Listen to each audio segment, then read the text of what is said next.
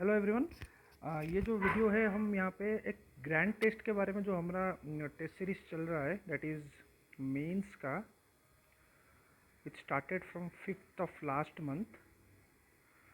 तो ये GS1 का ग्रैंड टेस्ट है जो यहाँ पे क्वेश्चंस डिस्कस करेंगे। And this grand test comes after 10 topic wise test. 10 topic wise test खत्म होने के बाद ईच कैरिंग 10 क्वेश्चंस। उसके बाद एक 20 क्वेश्चंस वाला जो मेन लाइक एक रियल टाइम पे लिखने के लिए हम टेस्ट करते हैं। सो जैसा कि हम यहाँ पे देख सकते हैं कि क्वेश्चन नंबर 1 to 10 10 मार्क्स, जो कि 150 marks. Question number 11 to 20 15 marks, that is 250 marks. So here like this is for mains test series and for full year mentorship also you can contact at this number. This is my telegram, this is my YouTube. Okay, now coming to the questions, we'll just discuss कि किस तरीके का questions like we have designed, and after giving around writing around 100 topic wise questions, this grand test comes. Okay, similar will be happening for GS2, 3 and 4. This is GS1. Okay, early Buddhist stupa art while depicting folk motifs and narratives successfully expounds Buddhist ideals. So एक art and culture का question आता है 150 word पे। यहाँ पे जो early Buddhist art के बारे में लिखना है, उनके जो नैरेटिव्स था वो कैसे बुद्धिस्ट आइडियल्स को रखते थे, वो सब चीज़ आपको यहाँ पे लिखना है 150 वर्ड्स पे। Second question is, has formation of linguistic states strengthened the cause of Indian unity? क्या जो लिंग्विस्टिक स्टेट्स हमारा हुआ है 1950s में 56 के बाद लैंग्वेज वाइज जो डिवीजन हुआ है, क्या वो हमारे इंडियन यूनिटी को स्ट्रेंथन किया है या उसको उतना स्ट्रेंथन नहीं किया है? तो उस हिसाब से आपको दैट टू 150 वर्ड्स में एक एनालिसिस देनी है। बिकॉज देखिए, फॉर्मेशन ऑफ लिंग्विस्टिक स्टेट जो है वो हमारा क्लियर कट सिलेबस में लिखा है, it is clear cut mentioned in the syllabus. Third question, the role of Sri Nadaprabhu Kempegowda in the making of Bengaluru is unparalleled. He is remembered as a visionary who always put the welfare of people above everything else. So Kempegowda के बारे में it was in news.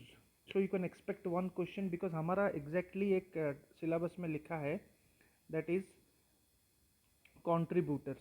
ठीक है, contributors, वैसे तो contributor of freedom struggle के बारे में लिखना है, बट यू नेवर नो ये क्वेश्चन आ सकता है बिकॉज ये न्यूज़ में भी है, रिसेंटली न्यूज़ में था। Okay, next question is, the peasant revolts and uprisings in the 19th century against the colonial rule were not religious, but in most of the cases, religion did play a very important role. So discuss the nature of peasant uprisings in 19th century India with appropriate examples in the above context. तो यहाँ पे हमको peasant revolts के बारे में पढ़ना है और वहाँ पे हमको ये लिखना है कि कैसे in most of the cases religion भी एक अच्छा इंपॉर्टेंट रोल प्ले किया है। तो ये ओवरऑल पीजेंट रिवोल्ट्स का जो हमारा टॉपिक है मॉडर्न हिस्ट्री का, वहाँ से एक क्वेश्चन हमने बनाया है। Next is, to what extent globalisation has influenced the core of cultural diversity? ये प्रीवियस ईयर क्वेश्चन में भी काफ़ी साल पूछता है और ये काफ़ी रिपीट होता है। ग्लोबलाइजेशन जो टॉपिक है ये काफ़ी रिपीट होता है। तो ग्लोबलाइजेशन के बारे में एक ओवरऑल दो अलग अलग तरीके का क्वेश्चन कीजिए, एक 150 वर्ड्स, एक 250 वर्ड्स में भी आ सकता है।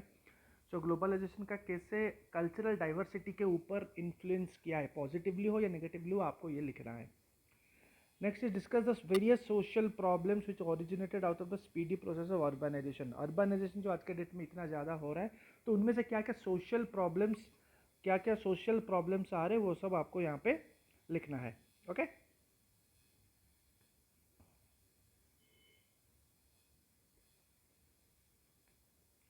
Okay, discuss the contributions of Maulana Abdul Kalam Azad to pre and post independent India. So जितना भी कॉन्ट्रीब्यूटर्स आपको करना है उनमें से एक मौलाना अब्दुल कलाम आज़ाद, एस सी बोस, जो कि यहाँ पे क्वेश्चंस मैंने किया नहीं है लेकिन दूसरे जो हमारे टॉपिक वाइज टेस्ट है वहाँ पे हमने कवर किया है। S C Bose, Gandhi versus Ambedkar, ठीक है, गांधी वर्सेस अम्बेडकर, सी राजगोपालाचारी, नेहरू, भगत सिंह, कुछ कुछ इंपॉर्टेंट्स आपको करने हैं। गांधी वर्सेस बोस, ठीक है, Nehru versus Patel, post independent topic का ये पूछ सकते हैं। तो ऐसे करके अलग अलग तरीके से आपको कॉन्ट्रीब्यूटर्स करना है because you can expect one question from year. Overall Raja Raman Roy के बारे में भी करना है, ठीक है। इवन जेपी नारायण भी काफ़ी इंपॉर्टेंट है। JP Narayan socialist movement, emergency में काफ़ी फेमस थे, ठीक है। नेक्स्ट भी क्वेश्चन न्यूज़ में था, UNESCO to soon declare Vishwa Bharati is as world's first living heritage university, explain Rabindranath Tagore vision on education through Vishwa Bharati. तो यहाँ पे जो रविंद्रनाथ आर एन टैगोर के बारे में जो आप टॉपिक पढ़ते हैं उसमें से एजुकेशन के बारे में you have to write. Even they can ask about spiritualism aspect, they can ask about his political ideas, जो कि खास उतना पॉलिटिक्स में उन्होंने इन्वॉल्व नहीं था, लेकिन उनका पॉलिटिकल आइडियाज़ के बारे में आपको लिखना है। डेमोक्रेसी के बारे में वो क्या सोचते थे, डिसेंट्रलाइजेशन के बारे में वो क्या सोचते थे, ठीक है। Even they can ask Gandhi versus Tagore, they can ask, because ये स्टेट एग्जाम्स बिहार पीसीएस में like it is very much very important topic for Bihar PCS mains, तो यहाँ पे भी आ सकता है। तो टैगोर का जब आप पढ़ रहे हो तो ईच एंड एवरी डिटेलिंग कीजिए, ताकि यहाँ पे एजुकेशन का जब पूछा जाए तो ओनली एजुकेशन का उनका नॉलेज आप एजुकेशन का उनका विजन जो यहाँ पे आपने नोट्स बनाया है यहाँ पे आप लिख सकते हैं। गुरु तेग बहादुर भी न्यूज़ में है, होमेज दिया गया है अभी रिसेंटली पीएम मोदी ने। So Guru Tegh Bahadur refuse to bow to injustice and his teachings continue to motivate even now. तो आज के डेट में उनका टीचिंग्स क्या रिलेवेंस रखता है और कैसे उन्होंने अपने टाइम पे इनजस्टिस के लिए बाउ नहीं किया था, तो वो चीज़ आपको 150 वर्ड्स पे लिखना है। Champaran Satyagraha is a watershed movement in the freedom struggle, very important question, ये क्वेश्चन भी आ सकता है। ये स्टेट एग्जाम्स में ऑलरेडी पूछा गया है, स्टेट पीसीएस में पूछा गया है ऑलरेडी, तो you can expect Champaran Satyagraha to be asked. क्यों ये वाटर शेड मूवमेंट था, क्योंकि उस टाइम पे बहुत सारे पॉइंट्स है, क्योंकि उस टाइम पे गांधी जी का पहला जो टेक्निक था यहाँ पे यूज़ हुआ था। ओके, तो यहाँ पे कहीं ना कहीं वो बहुत फेमस हुए, Gandhi ji became very famous. और ये बहुत यंग लीडर्स जैसे कि राजेंद्र प्रसाद यहीं से ही आए थे। ओके, कहीं ना कहीं ये फ्यूचर स्ट्रगल के लिए गांधी जी को प्रिपेयर किया। एंटी रावलेट सत्याग्रह बोल सकते हैं, नॉन कोऑपरेशन मूवमेंट बोल सकते हैं, even to some extent Ahmedabad mill strike and Kheda. तो ये कैसे एक वाटरशेड मूवमेंट था, क्योंकि जो गांधी जी का टेक्निक था वो पहली बार यहाँ पे यूज़ हुआ है, ठीक है। तो ये पहली बार जब यूज़ हुआ तो कहीं ना कहीं गांधी जी को वो चीज़ पता चल गई, yes my techniques can be use in the freedom struggle. तो उस हिसाब से आपको ये आंसर को फ्रेम करना है। चोला आर्किटेक्चर हमेशा आता है, हर 2 साल में एक बार पूछते हैं वो Chola, because it is very important topic. तो Chola architecture represents a high water mark in the evolution of temple architecture. तो पूरा का पूरा जो चोला के टाइम पे जो टेम्पल आर्किटेक्चर था, उनका क्या क्या चीज़ें स्कल्पचर था, वो सब आपको एक्सप्लेन करना है। Now this is 250 words means 15 marks. Okay, similarly geography question, geography का 3 से 4 क्वेश्चन आएंगे।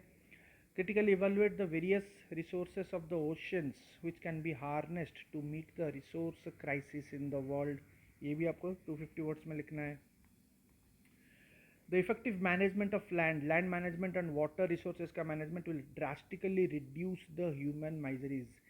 तो ये भी एक ज्योग्राफी, एक human geography kind of question है, जो कि जनरल क्वेश्चन है, ऐसा नहीं कि कोई out of the box question है। These are all general question which are asked in mains. Air mass के कॉन्सेप्ट को एक्सप्लेन करना है, उसका क्या मैक्रो क्लाइमेटिक चेंजेस रोल क्या है मैक्रो क्लाइमेटिक चेंजेस में, वो एक्सप्लेन करना है। सुनामी हो गया, एल नीनो काफ़ी न्यूज़ में है एल नीनो, तो ये भी पूछ सकते हैं। और एक जो एंड में मैं ग्रैंड टेस्ट करता हूँ वहाँ पे वो सब क्वेश्चन में पुट करूँगा। Question number 15, as India grapples increasingly with changing social and religious circumstances, Raja Ram Mohan Roy's work in the sphere of women's emancipation, modernizing education and seeking changes to religious orthodoxy finds new relevance in this time. Explain। तो यहाँ पे 250 word से तो राजा राममोहन रॉय का जो ये सब चीज़ में क्या था उनके टाइम पे थोड़ा एक्सप्लेन करके, जो कि यहाँ पे the topic is again contributors, तो एक्सप्लेन करके आज के डेट में उनका रेलिवेंस लिखना है, ठीक है। जो उन टाइम पे उनका जो उन्होंने जो एनविसाज किया था वो आज के टाइम पे कितना रेलिवेंट है, उस चीज़ के ऊपर आपको यहाँ पे एनालिसिस देना है।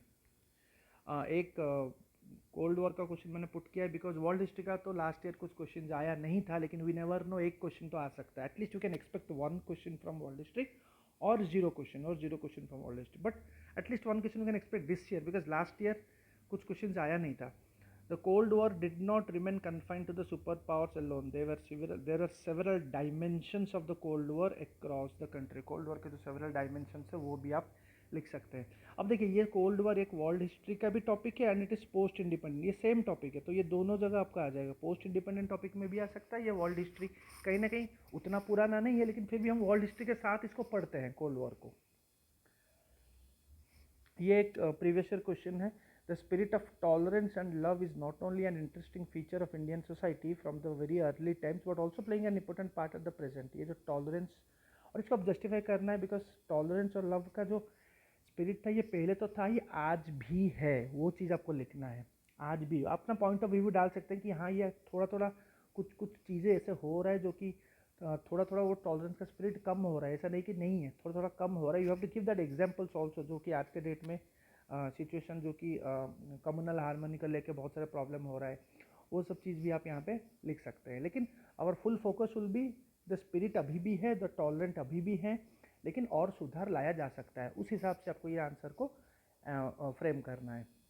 Next question, India is a country in which every great religion finds a home. Now critically assess this statement with examples. India एक ऐसा कंट्री है जहाँ पे जितना भी ग्रेट रिलीजन है सबके लिए एक जगह है, होम है।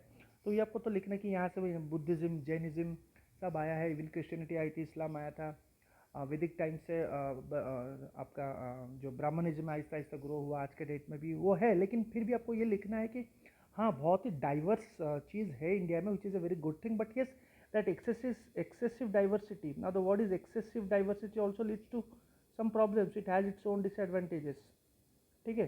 तो उस हिसाब से आपको एक चीज़ें लिखना है। फॉर एग्जाम्पल बुद्धिज़्म भारत में या फिर इंडिया में बॉर्न हुआ था, लेकिन आज के डेट में बहुत ही कम है, बहुत ही ज़्यादा कम है। तो वही चीज़ है, तो हम उस चीज़ को यहाँ पे नेगेट कर रहे हैं, क्रिटिकली एक्सेस भी कर रहे हैं कि India is a country every great religion finds a home, but it is not the case with Buddhism now when you come to the present times. तो उस हिसाब से एक एनालिसिस देनी है।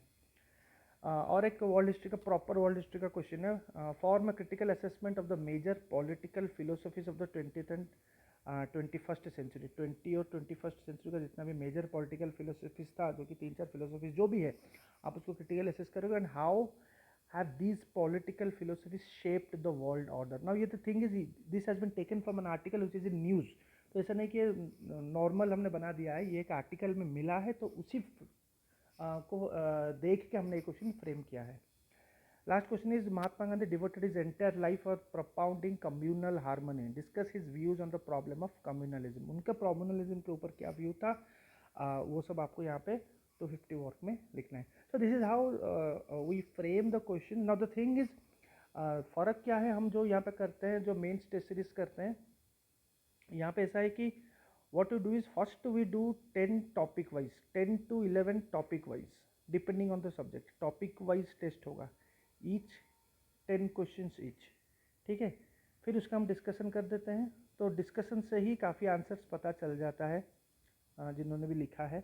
फिर उसके बाद उसी मतलब यहाँ पे GS1 चल रहा है, उसी का ग्रैंड टेस्ट कर लेते हैं, ठीक है, 1 ग्रैंड टेस्ट कर लेते हैं, ठीक है। तो 10 यहाँ पे हो गया, तो nearly 10 into 10 test into 10 is equal to 100 question यहीं से हो गए, 20 यहीं से हो गए, तो हो गए 120, और एंड में 2 मोर ग्रैंड टेस्ट एंड में होगा, पूरा एंड में सब खत्म होने के बाद, ठीक है। प्लस 40 कर दीजिए, तो 160 क्वेश्चन हो गए। तो 160 अगर आप करते हो तो कहीं ना कहीं आप सारे टॉपिक्स के साथ टच होके आप एग्जाम लिखने जाते हो। Similarly for 2, similarly for 3, similarly for 4. So this is how we conduct our mains test series. So this is for main series. और full year mentorship के लिए एक individual basis पे we do not do on a group basis, we do on a individual basis. सबका important strategy क्या है, because every guy has a different standard, सबका अलग अलग स्टैंडर्ड है, तो उस स्टैंडर्ड को लेके ही हम what I personally do is I create task for them, okay। सबका अलग अलग टास्क होता है, और ज़्यादा स्टूडेंट्स मैं नहीं लेता हूँ, because obviously I am the only one who does this mentorship thing on an individual basis. तो जाहिर सी बात है ज़्यादा स्टूडेंट्स को मैं टाइम भी नहीं दे सकता, सो वेरी कम स्टूडेंट्स लेता हूँ, so that I can give time to them, and because I am personally also working in institute in Rajendra Nagar Delhi, so I can not give full time, but इसीलिए मैं बहुत कम बच्चे को यहाँ पे इसमें मेंटर करता हूँ, सो दैट एक इंडिविजुअल भी रहे वहाँ पे MCQs प्रैक्टिस भी रहे, सही सोर्सेस उनको मिले, सही करंट अफेयर्स मिले एंड सही टेस्ट सीरीज भी मिले, ठीक है. So this is how we do. So this is my contact number 9971495322. This is YouTube and this is my Telegram. You can follow the updates, any new content, any MCQ, original MCQs which I make in my Telegram channel. Okay. So that's it, and thank you.